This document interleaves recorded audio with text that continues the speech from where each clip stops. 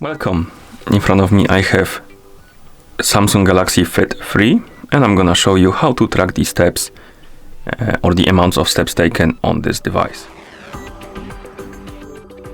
First we need to wake up the screen on our device, and to do it simply press the side button.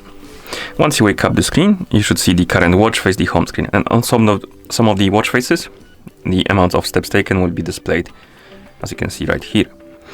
If the watch face doesn't display this information, you can always swipe left on this home screen, the current watch face, to open the list of widgets, and the first widget by default should be the health or fitness widget, and here we have the steps, time of the exercise I believe, and the calories. You can also tap on this widget to open the more information, and we have the steps right here. As you can see active time and activity calories, and here we have the steps and the progression through the whole day.